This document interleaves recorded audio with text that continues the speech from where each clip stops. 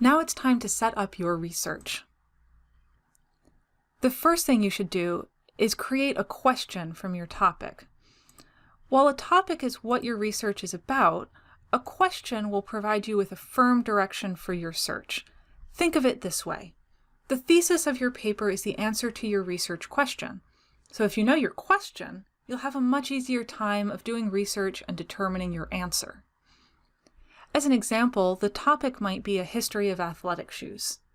When you turn that into a question, you might ask, how did the current basketball shoe develop from previous types of athletic shoes? You can see that the question provides a lot more direction and would make a more directed paper or presentation. A general history might be interesting, but it would be hard to know where to start or what type of structure to have. The question helps with all of that and lets you get more in-depth within the topic. The question should be interesting to you and your audience. Information should exist on all aspects. There might not be anything written about every aspect in a single source, but you'll be able to find information to the different aspects from different sources. The question hasn't been answered yet. That's what you're setting out to do. Narrow enough that you can answer it. A very broad question might be too big to answer in a paper or project for class. This likely isn't a dissertation or book that you're writing, but something shorter and more manageable. Broad enough that there's enough to talk about. If your question is too narrow, you'll have trouble finding enough to say on it. For example, you might need to move it from being broader to narrower, or vice versa, once you get into the research and see what's available. You might also need to shift your question slightly to the side. It might be the right narrowness, but you'll need to focus on a slightly different aspect of it based on what you're learning. All of this is okay, and definitely to be expected. Researchers are having to adjust their questions all the time. The trick is to start researching and reading early enough that you have time for this process to work as it's supposed to.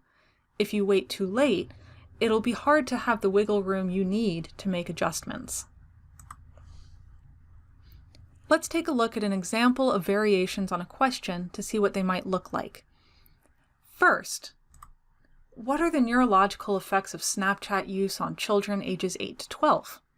Do you think there would be a lot of good information on this question?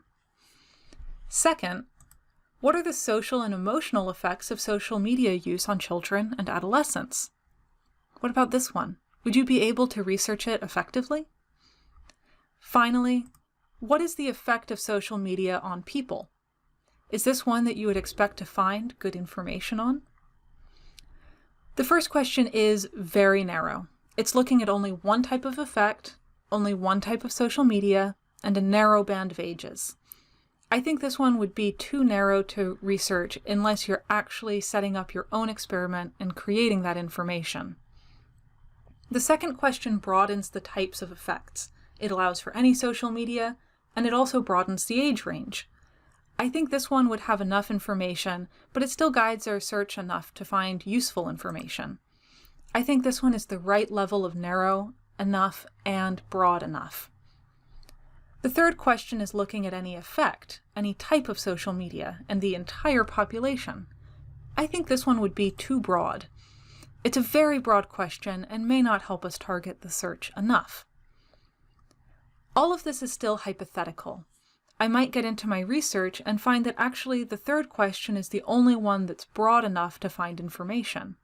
I might also find that there's so much in-depth research on this topic that I really need to go with the first question in order to get through the information. I can adjust as I go, but it's helpful to think in these terms so you'll know what direction you need to head when you run into difficulty.